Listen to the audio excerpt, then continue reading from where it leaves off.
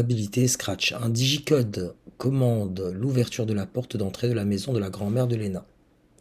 Léna a oublié le code. Elle sait qu'il est composé d'une lettre, A, B ou C, suivi d'un chiffre compris entre 0 et 9, proposé deux codes différents. Donc on va essayer de se représenter la situation. Je choisis d'abord une lettre parmi A, B ou C. A, B, C. Et derrière, je dois choisir un nombre entre 0 et 9. Donc 0, 1, 2, 3, je l'écris quand même, 4, je rentre dans l'exercice, 5, 6, 7, 8 et 9. Proposer deux codes différents.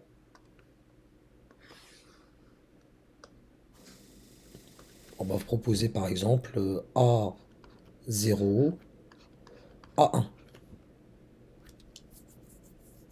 Je choisis A, puis 0, je choisis A, puis 1. Quelle est la probabilité que la grand-mère de Léna ait choisi la lettre C dans son code? Ce qu'on va faire là, pour déterminer cette probabilité, on va écrire tous les cas de figure et derrière, on va regarder il y en a combien qui contiennent la lettre C parmi tout cela. Donc j'ai A1, plutôt A0 jusqu'à A9, là j'en ai 10. Puis c'est B0, B1, B2, bien sûr B3, etc. jusqu'à B9 comme possibilité, donc il y en a 10. Et bien sûr C0, C1, etc. jusqu'à C9, il y en a 10. Donc au total, vous avez 30 codes possibles. Soit A0, soit B3, soit un C5, soit un B9, soit un A8, etc. Donc il y a 30 possibilités, 30 codes possibles. Et parmi ces 30 codes, vous en avez combien qui contiennent la lettre C? Bah 10. Donc ça fait 10 sur 30. La probabilité est de 10 sur 30, un tiers. Donc la proba, écrivez bien probabilité le jour J. La proba est de 10 sur 30. 10 cas favorables, les voici.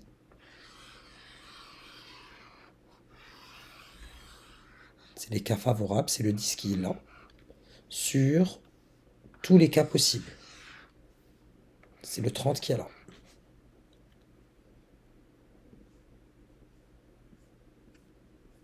Montrez que la probabilité que la grand-mère de Léna ait choisi le chiffre 7 dans son code est de 1 sur 10. Donc, quels sont les codes qui contiennent le 7? Soit vous avez A7 ou B7 ou C7. Donc là, 3 cas.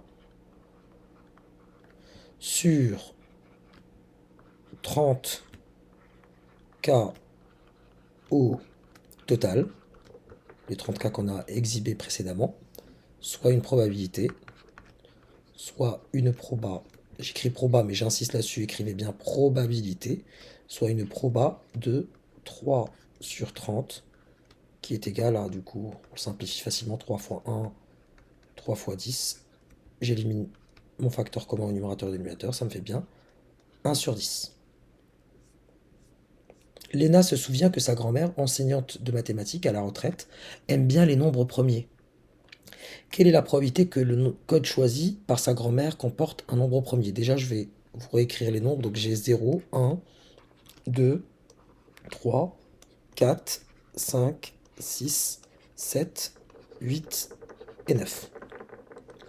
Les nombres premiers, vous avez 2, 3, il faut les connaître par cœur. 3, 5, donc les nombres qui ne sont divisibles que par 1 et eux-mêmes, et 7. Voilà. Voilà les nombres premiers de la liste. Donc là, il faut bien le préciser. Les nombres premiers, donc là, j'indique en encadrement les nombres premiers. Les nombres premiers. Et donc, quelle est la probabilité sur les 30 cas d'avoir un code qui contient un nombre premier. Je vais vous montrer l'idée. Soit vous avez du coup A2, ou A3, ou A5, ou A7. De même, B2, B3, B5, B7, C2, C3, C5, C7. Et vous avez ici, 4 fois 3, 12 cas favorables. 12 cas favorables sur... Donc là, j'énonce tous les cas de figure qui m'arrangent, qui contiennent un nombre premier. Donc 12 cas... Mais précédemment, bien sûr, il faut bien préciser à votre correcteur les nombres premiers de la liste, entre 0 et 9. Donc 12 cas favorables sur 30 cas, soit une probabilité. Donc la proba est 2. Donc la proba est 2. 12 sur 30. On ne me demande pas de simplifier, particulièrement la fraction, donc je reste ici. Léna décide de tester tous les codes possibles. Elle estime qu'il lui faut 5 secondes pour essayer un code. Donc il y a 30 codes possibles. Réussira-t-elle à ouvrir la porte de la maison en moins de 3 minutes? Il y a, donc je précise directement qu'il y a 30 combinaisons, 30 codes possibles. 30 codes possibles.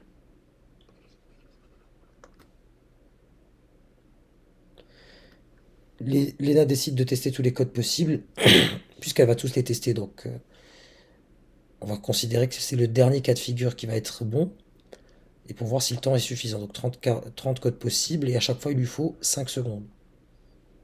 Voyons voir, donc on fait 30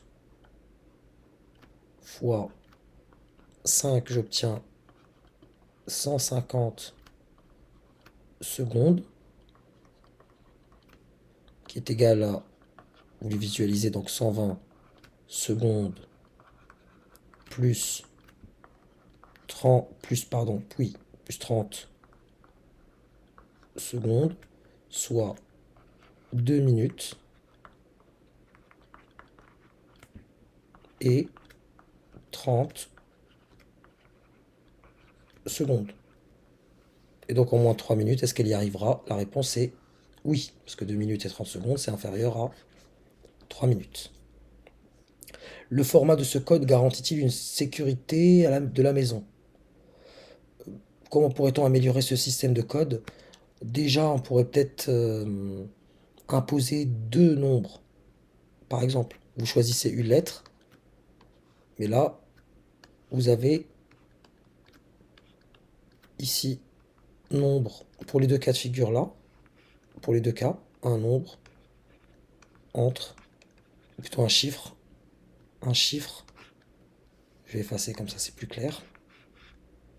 Dans les deux cas de figure, un chiffre, entre 0 et 9 par exemple. Ça rendrait déjà les choses beaucoup plus compliquées. Ou bien, pour améliorer... Donc là, parce qu'on nous parle du format du code, hein. Il ne faut pas sortir du cadre. Donc le format, bon, on pourrait rajouter un deuxième chiffre. Ajouter un chiffre.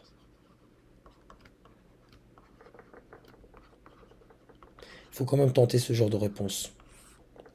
Pour tout le monde, même ceux qui n'ont pas réussi les calculs précédemment. Chaque fois qu'un utilisateur saisit un code, un programme lui annonce si le code est correct ou faux. Le programme utilisé est noté ci-dessous. Saisir une lettre parmi A, B ou C, d'accord. On appellera ça la réponse. Saisir un nombre entre 0 et 9, c'est la réponse. La lettre saisie.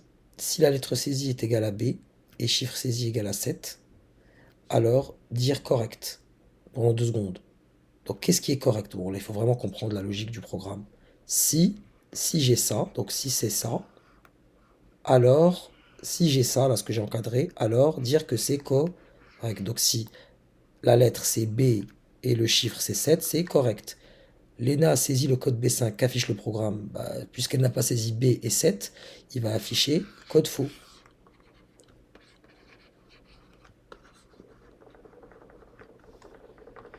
Et d'après ce programme, quel est le code qui permet d'entrer dans l'immeuble de la grand-mère? Bah, je viens de vous le dire, c'est B, lettre saisie B et chiffre saisi 7. Si c'est le cas, on nous dit bien alors code correct. Donc c'est B7.